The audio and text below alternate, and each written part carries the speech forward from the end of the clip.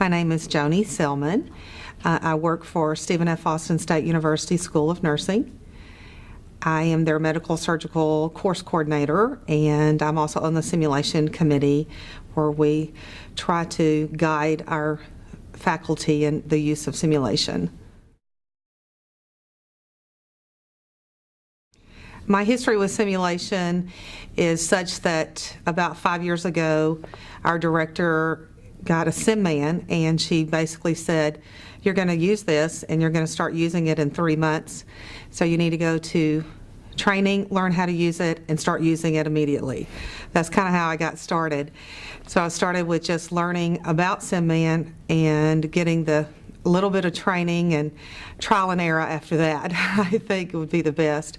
So I've been using it for about 5 years and have grown from barely knowing anything to getting pretty good at it at this point and enjoying it immensely.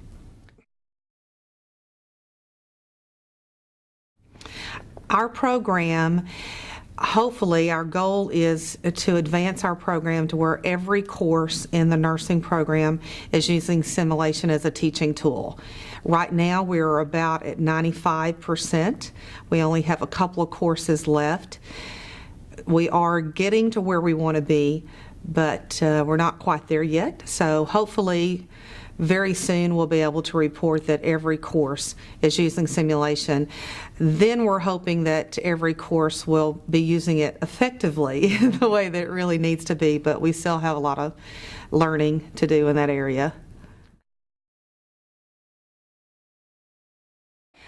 I was invited to come through our sales rep. He's been working with our school for many years. He was there at the beginning, and I think basically he really sees how interested we are in it. We do have a new facility that we were able to have a lot of good equipment that we've been asking for help to use, and they have been giving us help to learn how to use it.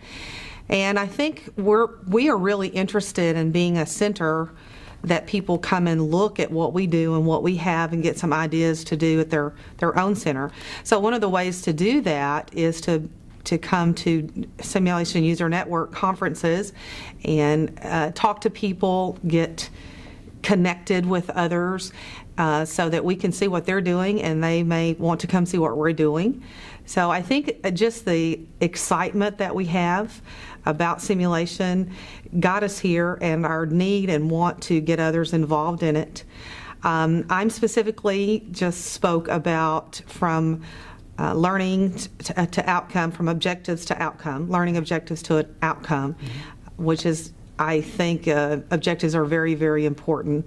So that's what I've been speaking about at this conference. I think the biggest benefit from being an attendee at a Sun conference is networking with other individuals, see what they're doing, what works for them, so that you can get back with them or maybe go and visit them, get ideas. I know that other Sun conferences that I've been to, I've been able to get some ideas on what to do and how to change things, and have some problems that were addressed by someone else and how it worked for them, and taking those things back to my institution and being able to implement them and benefit all of us that way. Well, I've been to some others. I think it's really helpful, like I said, to see what someone else is doing. In some of the other Suns that I've been to, one particular one, they had someone who was using simulation who actually showed a video clip of a simulation, and I was able to take a lot away from that, just kind of an overview, and then go to the sessions for the more specific parts of it. But I think an overview is a really good thing to have. Some of the best practices that really are helpful to me is getting everyone on your team involved from the beginning.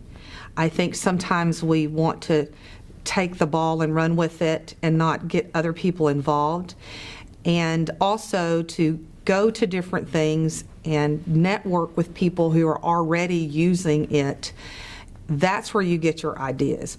Books are great, but one-on-one conversations with experienced persons are good, are better, I think. It's great to talk to your sales rep, and it's great to go to the company's training, but it's better to go to somebody who is in the same situation you are and using them as a tool to help you get started and help you with problems that you may be having with your simulation that you have in place. I think it's really important for us as educators to try to get the rest of the community involved. Sometimes we just say this is great for our students and leave it at that, but I think we need to get our hospitals involved so that we can show them how this would be useful for competency checkoffs, get our trauma teams involved so that they can have trauma training, emergency room trauma training, get our EMTs involved and the paramedics. Just get it out there to the community how simulation is good in every instance, not just for nursing education or EMT education, but it is good for everything, even down to community health situations. For instance, where I live, we've had some hurricane situations. We've had those situations where the people were in droves, just lots of people in one place needing health care, and we can definitely use simulation in disaster training. And we have done it in the school, but it can be used throughout the community for any type of disaster volunteers or anybody that would be involved in that. And I think that's real important for us to spread it out to everyone, not just schools and educational institutions.